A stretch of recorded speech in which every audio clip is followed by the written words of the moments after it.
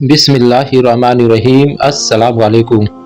दोस्तों, Saudi Arabia, जिसको पहले हिजाज के नाम से जाना जाता था और ये पूरी दुनिया में रहने वाले मुसलमानों का मरकज़ था। मगर आप लोगों से अगर किसी ने ये पूछ लिया, बताइए आज से लगभग 1400 साल पहले यानी पैगंबर मोहम्मद सल्लल्लाहु अलैहि वसल्लम की पैदाइश नहीं हुई थी, तो उस वक़्त सऊदी अरेबिया में क्या हुआ करता था? यहाँ के लोग किस भगवान को मानते थे? इनकी देवी-देवता कौन थे? यानी यहाँ के लोग किस धर्म को मानते थे और किन रस्मों-रिवाज को माना करते थे? तो इसका सीधा और आसान सा जवाब यही है कि उस दौर में यहाँ पर ज़र्रा बराबर ये लोग ऐसे थे कि जो एक खुदा पर यकीन किया करते थे और एक ही खुदा की इबादत किया करते थे। वरना पूरे सऊदी अरेबिया समेत ये पूरा का पूरा अरब इलाका था, यहाँ पर बुत परस्ती यानी मूर्ति पूजा हुआ करती थी और यहाँ के अलग-अलग कबीले के लोगों ने, अलग-अलग इलाके के लोगों ने अपने अलग-अलग खुदा को चुन रखा था, मगर वो भी मूर्ति की पूजा किया करते थे। फिर हुआ ये कि अल्लाह ने अपने सच्चे धर्म इस्लाम को इसे ज़मीन पर उतारा कि जिसने चंद सालों के अंदर ही पूरे के पूरे अरब इलाके को, बल्कि अगले कुछ सालों के अंदर ही हमारे इस दुनिया के आधे इलाकों को इस्लामिक हुकूमत में दाखिल कर लिया गया। तब का वक़्त था और एक आज का वक़्त है, क्योंकि आज भी इस्लाम दुनिया में सबसे तेज़ी के साथ फैलने वाले धर्म के तौर पर जाना जाता है। दोस्तों, ये जो पिछले 1400 साल या 1500 साल का इतिहास गुजरा है, इसमें अगर किसी भी काबिल से काबिल इंसान से या आम इंसान से ही पूछा जाता, तो उसका जवाब ये होता कि बाकी इलाकों का, बाकी मुस्लिम दुनिया का पता नहीं, लेकिन अरब में जिस तरीके से बदलाव आया है, अरब के जड़ों में जिस तरीके से इस्लाम आया है, यहाँ पर मूर्ति पूजा यानी बुत परस्ती की दोबारा कोशिश नहीं हुई थी, यानी दोबारा बुत परस्ती नहीं होगी। यकीन है कि इस वीडियो को देखने वाले आप सभी लोगों का ये मानना होगा, लेकिन आप इस खबर को देखिए, यहाँ पर हम सऊदी अरेबिया से जुड़े हुए हैं।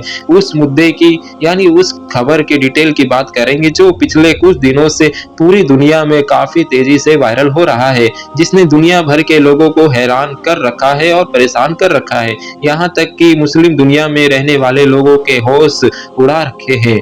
लेकिन उससे पहले हम नज़र डालते हैं एक हदीस के ऊपर। हज़रत आयशा रज़ी अल्लाह तआला अन्हा से मरवी है कि हुजूर सल्लल्लाहु अलैहि वसल्लम ने फरमाया कि उस वक्त सबे रोज का सिलसिला खत्म ना होगा, यानी क़यामत नहीं आएगी जब तक दोबारा लात और उज्जा की इबादत ना की जाएगी। अब आप में से बहुत सारे लोगों के दिमाग में ये सवाल उठता होगा कि भाई ये लात और उर्जा कौन है? जैसा कि मैंने पिछली वीडियो में इसके बारे में थोड़ा-सा आपको बताया था। हमारी पिछली वीडियो जिसमें हमने आपको बताया था दुनिया में बुत परस्ती कैसे शुरू हुई, उसको आप देख सकते हैं। उससे आपको पता चलेगा कि बुत परस्ती कैसे शुरू हुई। तो आप में से बहुत सारे लोगों के दिमाग में ये सवाल आ रहा होगा कि भाई ये लात और उर्जा कौन है जिनकी दोबारा इबादत यानी पूजा शुरू होने की इस हदीस में क़यामत की निशानी के तौर में बताया गया है। तो दोस्तों, जैसा कि हमने आपको पहले बताया, पैगंबर हज़रत मोहम्मद सल्लल्लाहु अलैहि वसल्लम की पैदाइश से पहले अरब के ज़्यादातर लोगों ने अपने अलग-अलग खुदा बना रखे थे और वो उन खुदाओं की इबादत, मूर्ति की पूजा किया करते थे। तो उन अलग-अलग खुदाओं में से जो कुछ गिने-चुने खुदा थे, पूरे अरब में सबसे ज़्यादा मशहूर थे, या ये कह सकते हैं कि जो देवी या जो सबसे ज़्यादा पूजी जाती थी, उनमें से एक का नाम लात और दूसरी का नाम उर्जा था। और ये मूर्तियाँ लोगों से बातें किया करती थी। लात और उर्जा के बारे में हैरान कर देने वाली जानकारी हम देंगे ही, लेकिन सबसे पहले उनके बारे में हाल ही में सऊदी में फिर से इन्हें पूजा जा रहा है, ऐसा दावा करने वाली खबर की हकीकत जानते हैं। अब ये जो ताज़ा मामला है, जिसकी वजह से पिछले साल से ही मीडिया या फिर सोशल मीडिया के ऊपर काफ़ी विवाद हुआ पड़ा है। और कंट्रोवर्सी हो रखी है। और वो दरअसल ये इंसान के एक बयान से शुरू हुआ था। इनका नाम है उस्मान इब्ने फारूक। और मुझे उम्मीद है कि आप जो पहले से ही सोशल मीडिया से जुड़े हुए हैं तो आपने इनके कई सारे वीडियो देखे होंगे। ये दरअसल एक पाकिस्तानी अमेरिकन स्कॉलर जो नास्तिक लोगों से या फिर कभी कभार क्रिश्चियन वगैरह लोगों से डिबेट करते हुए नजर आते हैं, यानी उनको इस्लाम की दावत देने के लिए ये जाने जाते हैं। अभी हाल ही में ये एक पोस्ट कार्ड में गए थे तो इन्होंने किसी बात का जवाब देते हुए ये कहा था कि सऊदी अरेबिया के अंदर लात और उर्जा की एक बार फिर से इबादत शुरू हो गई है। ये कह रहे हैं कि भले ही ये कम्युनिटी बहुत छोटी है और बहुत ही कम लोग और जो भी हैं वो अपने घरों पर या दूसरी खुफिया जगहों पर ये करते हैं, लेकिन हाँ, इनके पास ठोस सबूत है कि ऐसा सऊदी अरेबिया के अंदर हो रहा है। और ये भी स्टेचू किसी म्यूजियम वगैरह में या किसी और दूसरी जगह पर नहीं बल्कि घरों पर है और इन स्टेचू की इबादत करी जा रही है। वैसे तो दोस्तों ये पूरे मैटर को सुनकर जैसा कि हमने पहली बार में सोचा था, आप भी यही सोच रहे होंगे कि शायद ये कोई पब्लिसिटी इंस्टेंट तो नहीं, इन्होंने ऐसे ही बयान दे दिया होगा थोड़ी बहुत शोहरत जमा करने के लिए। लेकिन दोस्तों जब आप लोग इस मैटर की गहराई में जाएंगे, गूगल वगैरह पर सर्च करना शुरू करेंगे तो आपको पता चलेगा ये कोई नई और अजीब बात नहीं है, बल्कि पिछले कुछ सालों में लगातार ये देखा गया है कि सऊदी अरेबिया के अंदर एक खास तबका इस चीज को सोशल मीडिया पर बाकायदा प्रमोट कर रहा है। इस तरीके से कैंपिंग चला रहा है कि ये जो लात और ऊर्जा मनात वगैरह ये जो बुत हैं ये हमारे इतिहास का हिस्सा है। तो इसलिए सऊदी गवर्नमेंट को चाहिए कि इनके स्टेचू को बाकायदा एक बार फिर से लाया जाए और म्यूजियम वगैरह में रखा जाए, ताकि न सिर्फ बाकी दुनिया जो यहाँ पर आती है वो इन चीज़ों को देख सके, बल्कि सऊदी अरेबिया के लोग भी अच्छी तरीके से जान सके कि लात और ऊर्जा और मनात क्या है और ये हमारे इतिहास का अटूट हिस्सा है। और शायद यही वजह है कि जब एक अमेरिकन स्कॉलर पोस्टकास्ट में इस तरह की बात करता है तो बाकी पूरी दुनिया के मुसलमान इस बात को हल्के में नहीं लिया बल्कि बहुत ज्यादा सीरियसली लिया, क्योंकि पिछले कुछ सालों में सऊदी अरेबिया में सोशल मीडिया के ऊपर लात और ऊर्जा का जो कैंपेन है वो कहीं ना कहीं नजर आया है। और अरब कौम हजरत इस्माइल अलैहिस्सलाम की नस्ल से ताल्लुक रखते हैं। ये लोग पहले एक अल्लाह की इबादत किया करते थे और दीन इब्राहिमी पर थे, लेकिन इब्लिस ने उनको कुफ्र और शिर्क में बुत परस्ती में लगा दिया। मुशरिकीन अरब के बहुत सारे बुत थे, लेकिन इनमें से 3 ज्यादा इम्पोर्टेंट और मशहूर थे। इनके नाम लात, मनात और ऊर्जा थे। लात, मनात और ऊर्जा को अरब के लोग जमानाए जहालत से पूछते चले जा रहे थे। वो उनके आगे कुर्बानी करते, उनसे मन्नतें मांगते और उनका बड़ा एहतराम करते थे। अरब के लोग लात, मनात और ऊर्जा इन तीनों बुतों को ही मानते थे। लफ्ज़ से ऊर्जा इज्जत से निकला है, जिसके मानी सबसे ज्यादा काबिले इज्जत के हैं। मशहूर अरब कबाइल बनु कुरैश, बनु सलीम, बनु अतफाफ, बनु शकीर, बनु कनाना और सुकुस हजरत ऊर्जा देवी की पूजा किया करते थे। इतिहासकारों ने लिखा है कि लात, मनात और ऊर्जा तीनों बहनें हैं, जबकि कुछ ने लिखा है कि लात और मनात बहनें हैं और ऊर्जा इन दोनों की माँ है। मुशरिकीन के अकायद के मुताबिक लात अमन और खुशहाली और रहमो इंतकाम की देवी थी, जबकि मुसाफिर अपना सफर शुरू करने से पहले लात से अच्छे मौसम और हिफाजत के लिए दुआ किया करते थे। लात के तमाम बुतों में देखा गया है कि उसके एक हाथ में खजूर की टहनी हुआ करती थी और वो एक शेर पर सवार रहा करती थी, जिससे अरब के लोग असदुल आहद कहते थे। मनात को किस्मत, दौलत, इज्जत और मौत की देवी माना जाता था और कुरैश इसको बहुत ज्यादा अहमियत देते थे। कुरैश खानाए काबा के गिर्द तवाफ के दौरान इन बूतों का नाम लगाकर नारा लगाया करते थे। दरअसल लात, मनात, ऊर्जा के 3 बूत खानाए काबा में रखे हुए थे, लेकिन ये सिर्फ अलामती बूत थे। असल बूत जिनके मंदिर बने हुए थे वो जाते अर्क के इलाके में थे, जहां अरब के दूर दराज के इलाकों के लोग आकर उनकी पूजा किया करते थे और चढ़ावे चढ़ाया करते थे। इन बूतों के सामने कुर्बानी गाह भी थी, जहां जानवरों को ज़ब्ह किया जाता था। अरब के लोग ये मानते थे कि ये देवी नाउज़ुबिल्लाह अल्लाह की बेटियां हैं, अस्तगफिरुल्लाह। अरब के नजदीक ऊर्जा, इज्जत, हिफाजत और नस्ल में बरकत, हुस्न जज्बात और मोहब्बत की देवी थी। दरअसल इन भूतों के साथ 3 शैतानी चुड़ैलें थीं। दरअसल ये शैतानी औरत थी, यानी मादा शैतान।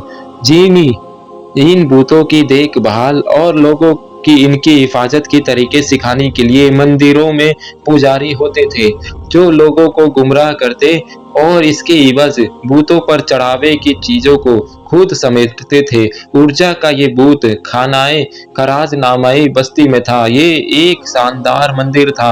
मंदिर के सामने थोड़े फासले पर झाव के 3 दरख्त थे। अरबी में इन दरख्तों को असल कहते हैं। ये एक सेलाई दरख्त होता है जो खुजार और बंजर सेराई में पैदा होता है। जहां के इस दरख्त के ऊर्जा का बसेरा था, इस बारे में किसी को भी इल्म नहीं था। ऊर्जा के जिस भूत की पूजा की जाती है वो शैतानी ताकत है जो इस दरख्त पर रहती है। जब भी लोग इसके मंदिर, चढ़ावे और मन्नतों के लिए आते तो वो चुड़ैल जो होती वो मंदिर के उस बूथ के अंदर दाखिल होकर बोला करती और शैतानी गुप्तों से लोगों के मसाइल भी हल कर दिया करती थी। इस तरह इसका आका इब्लिस इसके इस काम से खुश था। जब अल्लाह के आखिरी नबी हजरत मोहम्मद सल्लल्लाहु अलैहि वसल्लम को मबऊस फरमाया गया, आपने अल्लाह की मदद से मक्का फतेह करा और कुछ दिनों के बाद भूतों की सामत आ गई। खानाए काबा में रखे हुए भूत तोड़े जाने लगे और सच्चे रब का नूर चमकने लगा। खानाए काबा से भूत को हटाने के बाद अलग अलग दियातों और बस्तियों में बने हुए मंदिरों की बारी आई। जब मक्का के तमाम भूत तोड़े जा चुके तो 25 रमजान को नबी पाक सल्लल्लाहु अलैहि वसल्लम ने हजरत खालिद बिन वलीद को बुलाया। इंसानी तारीख का सबसे काबिल तरीन कमांडर हजरत खालिद इब्न वलीद ऊर्जा के तबाही का मिशन सौंपा गया। आप सल्लल्लाहु अलैहि वसल्लम ने खालिद बिन वलीद को हुक्म दिया कि ऊर्जा के मंदिर के करीब 3 झाव के दरख्तों में से एक को जाकर काट दे। या लिहाजा आपने हुक्म की तामीर करते हुए खराज बस्ती में पहुंच गए। हजरत खालिद बिन वलीद रजी अल्लाह तआला अन्हु तीसरे दरख्त के करीब उसको काटने की नियत से पहुंचे तो अचानक ऊर्जा नामी चुड़ैल आपके सामने जाहिर हो गई। वो एक खौफनाक सूरत वाली बरहाना औरत थी। वो शोले बरसाती आंखों से हजरत खालिद को घूरने लगी। अचानक मंदिर का पुजारी ऊंची आवाज से पुकारा। ऊर्जा बोला, खालिद को कत्ल कर दे।